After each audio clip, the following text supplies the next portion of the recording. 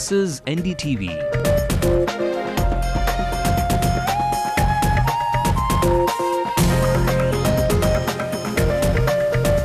And you're watching NDTV Hindu.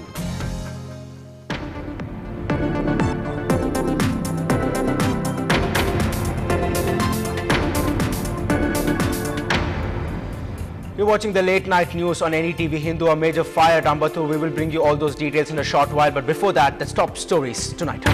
You can't fail students till the 8th standard. The Madras High Court tells the city school upholding the Right to Education Act.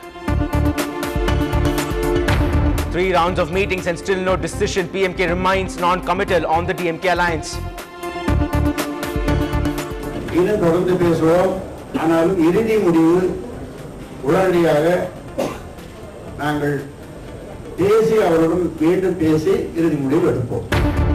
Chennai heats up as Rajapakse visits India. Vaiko released after he was arrested amid ferocious protests.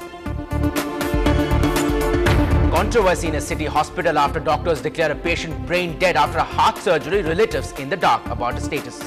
They did operation on heart, but somehow they affected brain. And French President Nicolas Sarkozy's guards have to pass a height test to get a job. They just can't be too tall.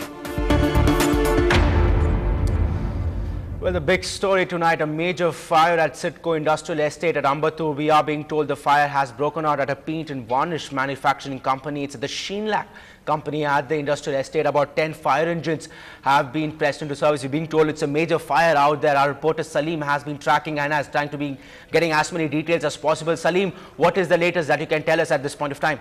Ram, as you said, this is a major fire. So far, 17 fire tenders have been pressed into service. The cause of the fire remains unknown yet. It seems that the firemen are fighting out a battle to put off the fire. The paint company is located close to the Ambattur bus depot. We'll come to know about the loss of property and the cause of fire once the fire is put off. Back to you, Ram. Right, Salim. Any more details that you can tell us about the number of people who could have been there at the factory? Any other details which you can tell us at this point of time, Salim?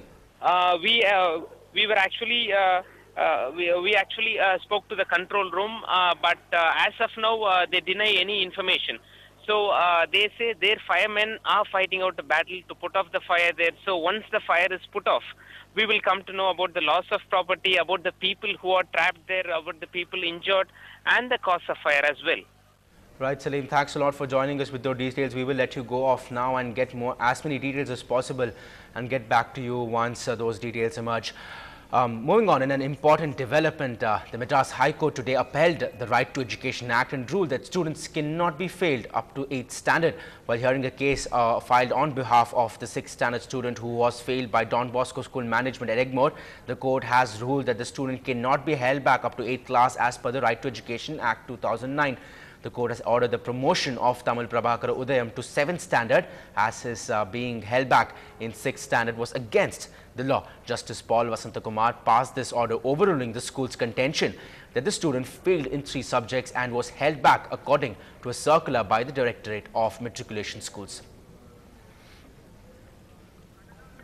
Now, the student's father, Mr. Kalai Kotutayam, joined us earlier. And interestingly, he told us also that the school demanded money to promote his son. நான் நிர்வாகத்திடம் சென்று போராடி பார்த்தேன். அவர்கள் நீங்கள் இத்தனை லட்சம் கொடுங்கள் அத்தனை லட்சம் கொடுங்கள் என்று சொன்னார்கள். இப்படி லட்சம் கொடுத்து ஒரு 6ஆம் கிளாஸ் மாணவனை 7ஆம் கிளாஸுக்கு நம்ம அனுப்ப முடியாது. சட்டம் இருக்கிறது. சட்டத்திற்காக நான் உயர் நீதிமன்றத்தை அணுகினேன். உயர் நீதிமன்றம் என்னுடைய மகனை 6ஆம் வகுப்பிலிருந்து 7ஆம் வகுப்பிற்காக அனுப்பியதற்காக உயர் நீதிமன்றத்திற்கும் என்னுடைய மகன் மீண்டும் டான் பாஸ்கோ பள்ளியில் படிப்பதற்காக நான் மிகப்பெரிய சந்தோஷம் அடைகிறேன். Now, senior correspondent Peer Mohammed joined us with the background on this entire issue and what it means for students. Yes, Ram, this is a very remarkable judgment from the Madras High Court, particularly when schools are, particularly schools have just reopened, and Paul Vasantakumar judge, he has mentioned that, under the Right to Education Act 2009, the students cannot be failed up to 8th standard. And when the school in its affidavit mentioned that there is a circular from the matriculation schools director which allows schools to fail students if they have failed in 3 subjects, he has dismissed that affidavit, saying that when the act, that central act has said that students cannot be failed, how can a circular from the local school education department overrule that? You know, that is the kind of judgment. So this will have a long-lasting impact on the school education system, and no school will now can afford to fail a student before 8th standard. Ram. Moving to the big political story of the day, the PMK seems to have made up their mind to sit on the fence as far as the alliance with the DMK is concerned.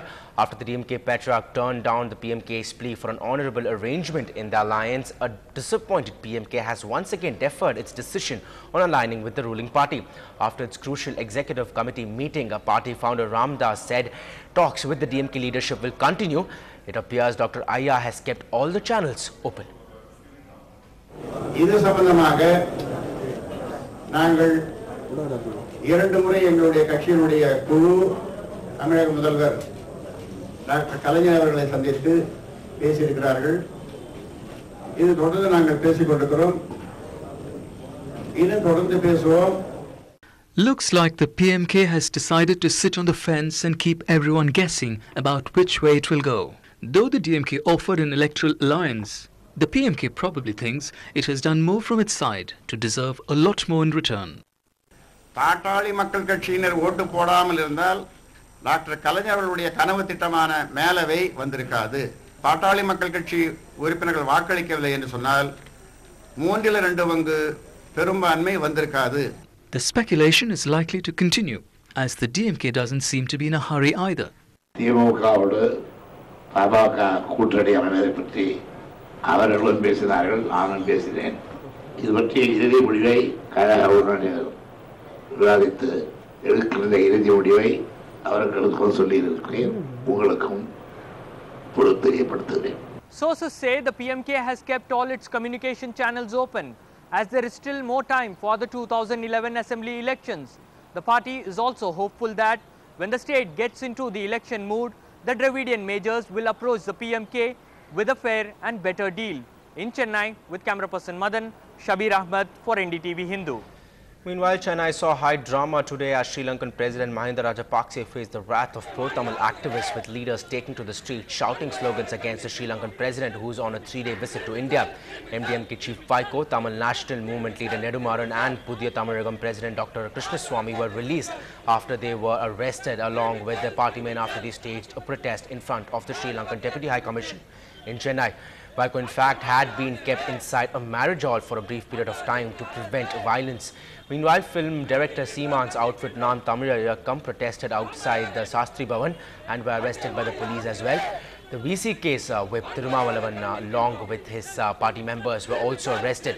PMK and his founder Ramdas also voiced their dissent. To express our condemnation against the proposed visit of Mahinda Rajapakse, we are planning to lay a siege against the Deputy High Commission Office of Sri Lankan government in Chennai. But on the other side of the short break, is it a medical controversy? Yet again, patient declared brain dead after a heart surgery. Relatives cry foul.